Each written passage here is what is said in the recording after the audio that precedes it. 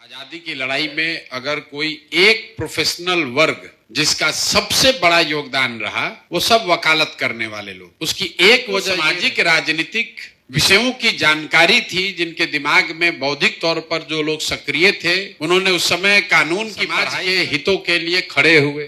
दूसरी एक वजह ये थी कि वो लोग समझते थे, तो इसलिए पुलिस से, प्रशासन से उनका जो डर था वो सामान्य पब्लिक के मुकाबले थोड़ा कम था। वकीलों की बहुत बड़ी संख्या में भागीदारी आजादी की लड़ाई में रही, लेकिन आज की व्यवस्था में इतनी बदहाली होने के बाद भी वकीलों करीब नगण्य है। और दुर्दशा का आलम देखिए कि वकील खड़ा होकर कह रहे हैं कि हमको बचाइए, हमको लॉयर्स प्रोटेक्शन एक्ट की जरूरत है। आप इतना डरे हुए हैं, अपना प्रोटेक्शन नहीं कर सकता है, वो समाज का प्रोटेक्शन और हित के लिए क्या खड़ा होगा? तो ये दुर्दशा है। और ये दुर्दशा इसलिए, जब समाज बिगड़ रहा था या बिगड़ रहा है, जब आप और हम नहीं खड़े हुए, तो आज स्थिति आप लोग भी केस ले लेंगे किसी को तो उनको भी गोली मारा जा सकता। प्लेटो ने सैकड़ों साल पहले कहा, if you do not participate in democracy, be ready to be ruled by your inferiors. अगर लोकतंत्र में आप भागीदार नहीं बनिएगा तो इस बात के लिए तैयार रहिए कि कोई मूर्ख आदमी राजा बनकर आप पर शासन करेगा। और बिहार में भी यही हुआ है। जो पढ़े लिखे लोग हैं, जो समझदार हैं, जिनकी ताकत है या थी, उन्होंने कहा भाई छोड़ो यार, राजनीति से क्या लेना देना है।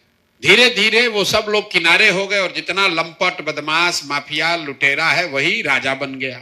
अब लॉ मिनिस्टर यहाँ कौन बना? जिसको खुद लॉ की कोई जानकारी नहीं है। इक्का दुक्का एग्जाम्पल छोड़ दीजिए तो ज्यादातर लॉ मिनिस्टर ऐसे ही बने हैं जिसको खुद लॉ की जानकारी नहीं। मैं आपसे आग्रह करूंगा, पहली बात तो आप राजनीति में थोड़ा होइए। राजनीति में सक्रिय होने का मतलब नहीं कि हर आदमी चुनाव लड़े, लेकिन बेसिक जो सामाजिक राजनीतिक जागरूकता है, क्योंकि आप समाज में इतने बड़े समूह से रोज मिलते हैं। नेताओं को छोड़ दीजिए तो सबसे ज्यादा समाज में लोगों से मिलने वाले लोग वकील और डॉक्टर और पुलिस, यही तीन है। किसी शहर में जाइए तो कचहरी सबसे ज्यादा फेमस। कचहरी कहाँ है? कोई कचहरी जाना है तो रिक्शा वाले को नहीं बताना है कि कौन चौक है, कचहरी ही चौक है। इतने लोग वहां आते हैं, सामान्य पृष्ठभूमि के लोग। तो आप समाज में जुड़े हुए लोग हैं और आपकी मजबूरी भी है ये काम सुधारना। कोई इंजीनियर है, वो पैसा कमा लिया, रिटायर हो जाएगा, नोएडा, दिल्ली, बॉम्बे में घर बना लेगा। आप वकील हैं, डॉक्टर हैं, 20 साल मेहनत करके आपने प्रैक्टिस बक्सर, झंझारपुर में जमा लिया,